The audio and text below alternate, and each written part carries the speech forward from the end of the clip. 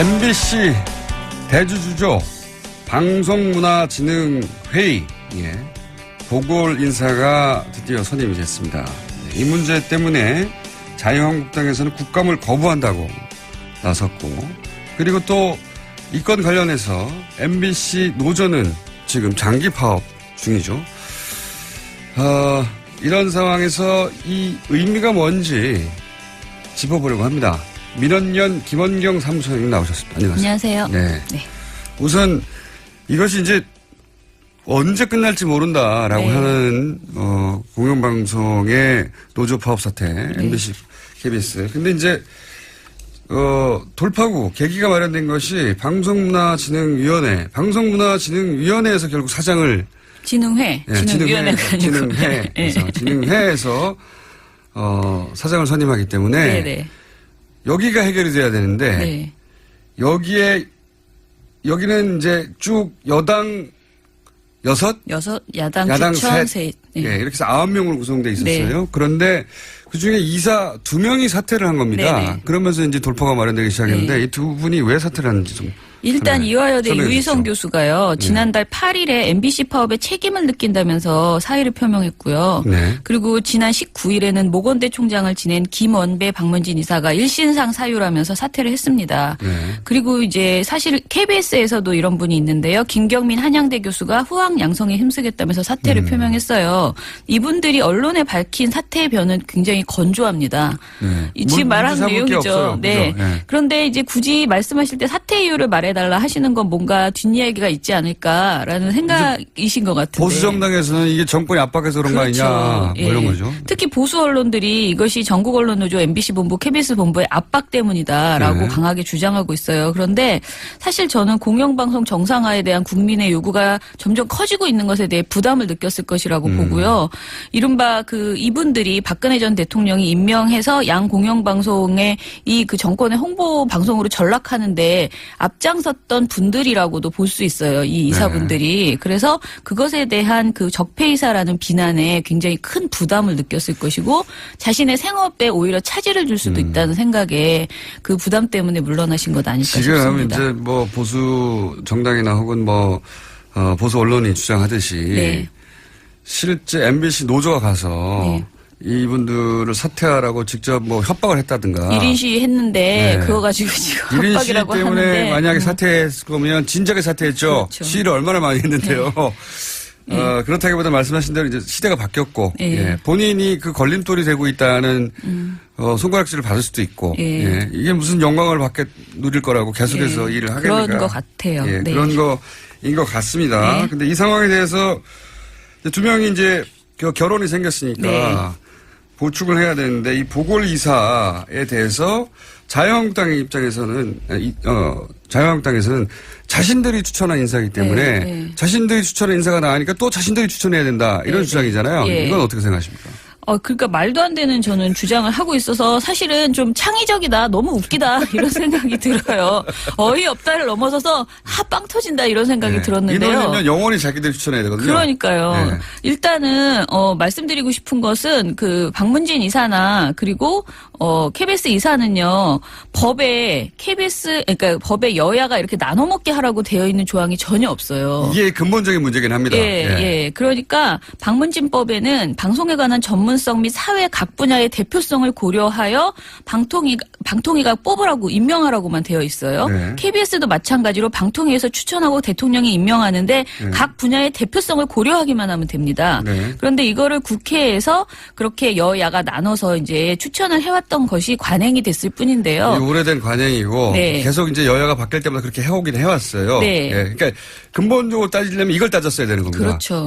그러니까 법적 강제 사항이 아닌데 마치 이거를 이렇게 관행이 이러니 좀 이렇게 좀 해줘라고 부탁하는 것도 아니고 마치 자신들이 맡겨놓은 어떤 것이냐 너무나 당당하게 이건 내 거야 이렇게 우기고 있는. 원래 6명은 내 거야. 내가 6명 했으니까 여야가 바뀌었고 정권이 바뀌었지만 또 내가 해야 해 이거잖아요. 그리고 물론 자기들이 집권을 했을 때는 안 그랬어요. 그리고 저는 무엇보다 자유한국당은 지금 공영방송을 장악해온 그 이명박근혜 정부와 한 몸이잖아요. 그렇기 때문에 방통위가 관행대로 그 보궐이사 적임자를 추천해달라고 요청을 했다 하더라도 심지어 요청을 했다 하더라도 우리는 지금 반성해야 되는 입장이다. 이렇게 해야 되는 사람들이라고 봅니다. 너무 많은 요구를 했어요. 실제로 민주당은 이번 인사에서 추천에 전혀 관여를 안 했고요. 그런데 자유한국당이 거기에 끼어 들어가지고 지금 생떼를 부리고 있다. 이렇게 봅니다. 네. 네. 이제 사실 언론도 이게 너무 명백한 거기 때문에요. 네네. 그러니까 이 논리가 너무 이상하잖아요. 네. 예전에 우리가 한번 추천했기 때문에 그 추천한 사람이 나갔으니 또 우리가 추천해야 된다는 건데 고 문제 하나만 보면 그럴듯한데요. 이 전체 상황을 보면 말이 안 되는 것이 말씀드렸지만 계속해서 자기들이 추천해야 되죠. 이 논리대로면 계속 추천해야 되는 겁니다. 맞아요. 영원히 본인들이 추천하는 논리가 되는 건데 그래서 말이 안 되는 건데 이게 이제 여야 공방으로만 보도가 되면 안 되는 거죠. 네, 그렇죠. 한쪽이 억지로 부리는 게 확실합니다. 이 사안은. 생떼입니다. 생떼. 자, 이제 문제는 이렇게 되면 MBC가 어떻게 될 것인가 이 얘기를 해야 되는데 그 전에 새로 선임이 된 두 분은 또 어떤 분인지 그런 자격이 있는 분인지 민원연이 보기에 설명을 좀 해주셔야죠. 일단은 김경환 상지대 언론광고학부 교수가 선임되셨는데요. 이분이 이제 진보적인 소장파 언론학자라고 말씀드릴 수 있을 것 같아요. 제가 개인적으로 언론단체에 계속 있으면서 이제 공영방송의 독립성이나 공영성 문제를 많이 토론회를 해왔잖아요. 근데 그럴 때 이분이 발제자나 토론자로 아주 많이 나오셨던 분입니다. 공영성 굉장히 강조하는 분이고요. 이분에 대해서 한 가지 에피소드를 말하자면 그가 2012년에 MBC 시청자 평가원 였어요. 평가원은 옴부즈맨 이제 방송 옴부즈맨 프로그램에서 자기의 의견을 시청자 의견을 말할 수 있는 권한이 있거든요. 그런데 이때 권재홍 보도본부장이 헐리우드 액션으로 자기가 부상당했다. 이렇게 그랬던 적이 있죠. 한 적이 있었잖아요. 노조가 밀어서 다쳤다고. 네네. 근데 이 보도의 문제점 이걸 이제 MBC에서 보도했었는데 그 MBC 뉴스데스크의 문제점을 지적하려다가 방송 불가 판정을 받았던 거예요. 근데 그런 거 하라고 있는 코너인데. 네, 평가원의 방송을 이렇게 방송 불가 판정을 내렸다는 것 자체가 너무나 어이가 없으니까 김 교수가 이때 당시에 그 불방된 방송 원고를 공개하면서 MBC의 뉴스 사유화를 비판했고요. 김재철 사장 사퇴하라 이렇게 촉구하면서 사퇴를 했죠. 네, 그런 일이 있었던 분입니다. 아, 그렇군요. 네. 옴부즈맨 프로그램이라는 게 그런 거 하라고 있는 프로그램인데 거기서 그 말을 못하게 하고 그러니 이게 말이 되냐 하고 사퇴하셨던 전력 있는 분이다. 알겠습니다. 그리고 이진순 선생님은요. 저희 민원연 정책위원이라는 것이 언론에 지금 많이 나가서 제가 마치 저희가 추천한 것 같지만 그렇지 않고요. 어쩌다 보니 그렇게 됐더라고요. 근데 이분은 한겨레 신문의 주말판에 열림이라는 인터뷰를 연재하시는 분으로 더 시민들이 많이 알고 계십니다. 언론학 박사고요. 전 올드 도미니언 대학 교수였습니다. 그런데 이제 미국의 대학 교수직을 그만두시고 인터넷 기반의 시민운동을 하시고 싶다라는 생각으로 이제 한국에 들어오셔서 여러 가지 활동을 하고 계시고요. 좀 인상적인 거는 이분이 예전에 이제는 말할 수 있다 같은 MBC의 좋은 다큐멘터리의 작가로 일을 하셨습니다. 방송 관련 일도 하셨고. 네네. 그리고 언론학 박사이고. 네. 그리고 최근에는 정치 스타트업 와글이라는 단체의 대표로 활동을 했어요. 저는 일단 이분이 여성이라는 점에서 박문진의 여성 이사가 전혀 없었기 때문에. 아, 그래요? 예. 굉장히 저는. 몰랐네요. 여성 이사가 한 분도 없었어요? 네, 없어요. 9분 중에. 그게 너무 좋고요. 그 다음에 MBC 내에 비정규직 문제가 굉장히 많잖아요. 근데 본인이 이제 작가로 활동했던 경험이나 이런 것 때문에 참 도움이 될 것 같다 생각합니다. 작가는 비정규직으로 방송계에서 일하고 있으니까. 그 문제도 이분에 의해서 문제 제기가 될 수 있겠네요. 네네. 그러니까 지금 그 진보적 언론학자라고 그리고 공공성에 대해서 독립성에 대해서 얘기하셨다면 아마 이제 방문진의 구성이라든가 근본적으로 이런 걸 어떻게 해결할 것인가. 그것도 이제 문제 제기를 하거나 논의의 장이 나올 수도 있겠네요. 알겠습니다. 그런데 여기까지는 알겠는데 그러면 이제 MBC는 어떻게 되는 겁니까? 앞으로 스케줄이 어떻게 되는 거예요? 일단은 그동안 박문진 이사가 그렇게 6대3으로 되어 있는 바람에 상식적인 문제 제기가 안건 상정이 안 됐어요. 세 분의 소수 이사가 아무리 뭘 주장하고 비판해도 상정이 안 되는 거예요. 근데 이제는 두 분이 들어와서 기존에 3명이 더해서 5명이 됐잖아요. 네, 5대4가 그러니까 됐죠. 이제 상정이 가능해지고 논의할 수 있어지죠. 스케줄이 어떻게 되냐면 스케줄 앞으로. 왜냐하면 스케줄은 뭐가 될까요? MBC에서 이제 보고 싶은 프로그램들이 있잖아요. 네네. 그런 프로그램들이 도대체 언제 다시 하게 될까? 이런 네. 궁금증이 일반 시청자들한테는 있잖아요. 일단은요, 고영주 이사장 불시민 안건을 지금 내놓은 상태예요. 네. 이것이 상정이 되고, 그 다음에 논의하고 해명 시간을 주고, 그 다음에 해임하는 시간이 물리적으로 그 민주적 절차를 거쳐야 되잖아요. 그러니까 한 달은 걸릴 것 같아요. 그 절차적 하자가 전혀 없어야 되니까. 네네네. 다 법적인 절차를 거치면 일단 해임안이 상정되고 그다음에 소명의 기회를 주고 그렇죠. 그런 과정을 다 거치면 일단 그게 한 달. 예, 저는 그렇게 생각하고 그리고 김장겸 사장 해임권을 또 같은 시간으로 상정하고 뭐 논의하고 해야 되죠. 또 한 달. 그리고 사장을 추천을 받고 그러니까 공모를 해야 되고 뽑아야 한 달. 되고. 그런데 예. KBS, MBC 본부에서 이제 판단하겠죠. 왜냐하면 우리가 이 정도 되면 이제는 사실은 해결의 실마리는 분명히 당겨졌다. 풀리기 시작했다. 지금 말씀하신 새로운 사장이 선임되는 과정까지 최소한 석 달은 걸린다는 거죠? 뭐 그건 아니지만 그건 뭐 압축하면 2달이면 될 수도 있겠죠. 그렇지만 아무튼 저는 절차는 지키는 것이 당연히 당연하죠. 좋다라고 생각하니까 2달에 석 달. 네, 그러면. 그렇게 생각하고요. MBC 노조에서 판단을 하시면서 이제는 우리가 재건을 위한 작업에 들어가겠다. 그건 뭐 노조에서 이렇게 판단할 하면 될것 얘기긴 같아요. 한데 네. 노조의 판단은 노조에서 물어보면 될 것 같고 우선 절차적으로 밟아야 할 단계들에 반드시 소요되는 시간들이 2달 이상이다. 네. 2달 이상이다. 네. 그럼 2달 이상 여전히 못 보는 방송이 있는 거네요. MBC 본부장께 여쭤보십시오. 희망이 있을 겁니다. 예. 원래 그 사장의 선임 절차는 또 어떻게 되는 거죠?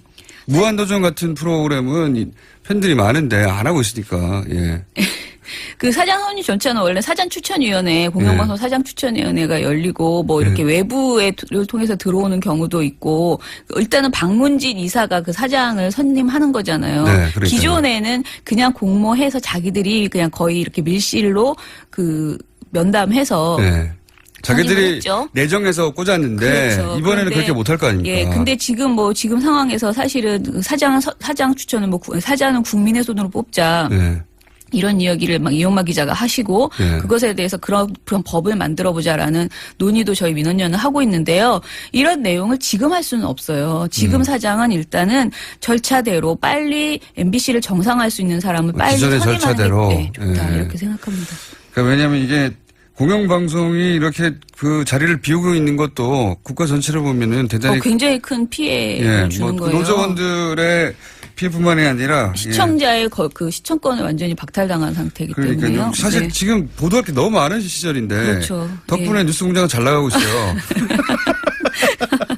아유, 그렇긴 한데 네. 그럼 3개월은 걸리겠군요.